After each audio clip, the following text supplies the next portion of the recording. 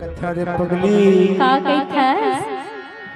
कैसे लगते कैसे लगते तोला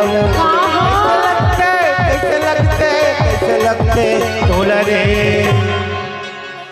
कहा ए बैठैया के छुए ममो ढोलक कैसे लगते ए देखैया के छुए मरे ढोलक कैसे लगते छोटा मौला छोटा तेहागा काबर छोटा मौला छोटा तेहागा ए देखैया ए बैठैया ए दाना के छुए मगा उदपुरा से लगते ए मछला के छुए मजी उदपुरा से लगते कैसे लगते तोला कैसे लगते तोला रे ये देखैया के ए बैठैया के ए हंसैया के छुए मरे ढोलक कैसे लगते ए देखैया के छुए मरे ढोलक कैसे लगते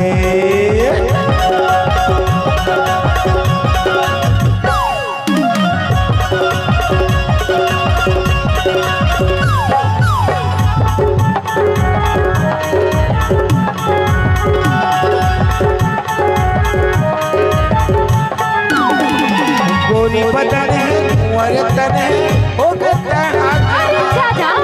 बदन है कुंवर तन है हो गता जवान रंग रंग में तोर सपना वो करत से परेशान आनी पानी तोर सपना वो करत से परेशान मोला बताना मोला बताना मोला बताना मोला बताना मोला बताना मोला बताना कहबो अरे मोला बताना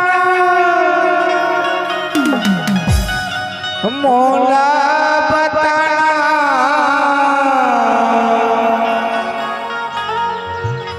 मोला बताना तय हो काला ए हंसैया के छुए मरे ढोलक कैसे लगते ए दनादन के छुए मरे ढोलक कैसे लगते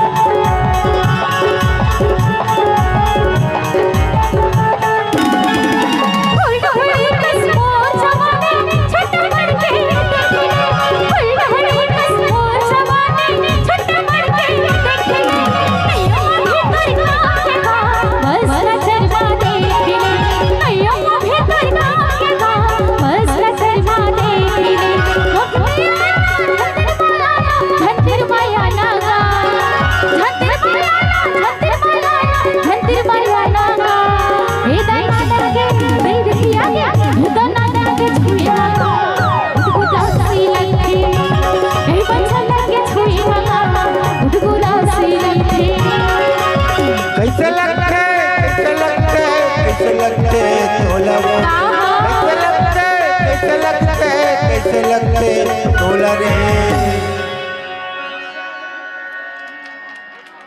ए चिल्लैया के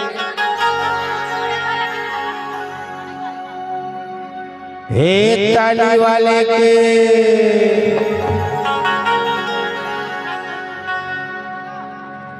हे मोबाइल लाइट वाले के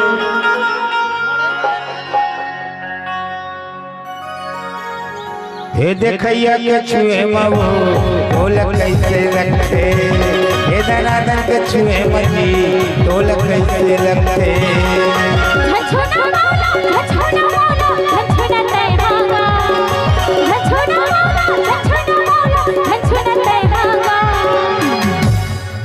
सुनना अतका ज्यादा काबर बसिया था कथो कभी कभी भारी गुस्सा खलोला ना मैं कथा रे का के थस तोला मड़ई ले जाहूँ मिठाई खवाहूँ तो शांत हो भी नहीं। सही ना मड़ई लगबे माँ कसम मैं तो कितना सोचत रही हूँ जी। अरे पैसा घलक सरपंच में मांग लेते वो। का बताओ बताता अतकत मत गुस्सी आए कर। अरे नहीं गुस्सा हो जब मड़ई लेक बेटा ले जाऊँ मड़ई खवाहूँ मिठाई वो।